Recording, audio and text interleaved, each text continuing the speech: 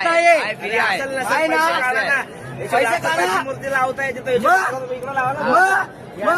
अरे 500 काढा तुमच्या मंडळाने तुम्ही 1000-100 जण येता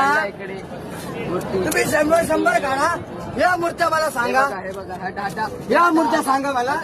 बाप्पा ना यो बाप्पा आता सोर्सेस समोर पडला माझ्या मित्रांनी मला दाखवलं आता मी या बाप्पाला मी तर एकटा उचलून टाकू शकत नाही. माझं मन आहे की माझ्या बाप्पाला मी उचलू अरे पण तुम्ही नीचत का तुम्ही धर्माने तुम्ही बाप्पाला आणताय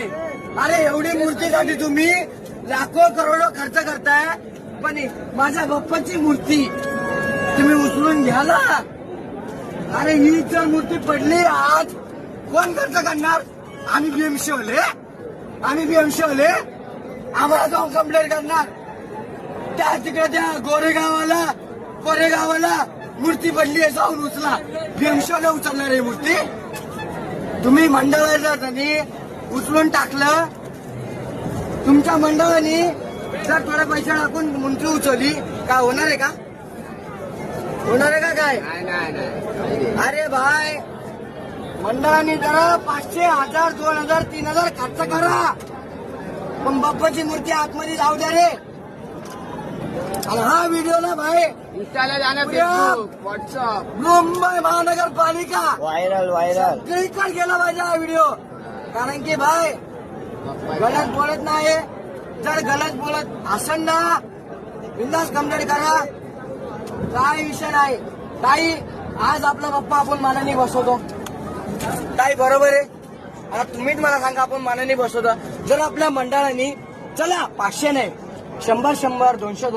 300 रुपये दिले तर आपली मूर्ती माझ्यासमोर पडलेली हीच मूर्ती आपण उभी राहिली असती बोटीमध्ये गेली असती चिंबुट्या झालो पण मोठी मूर्ती गेली असती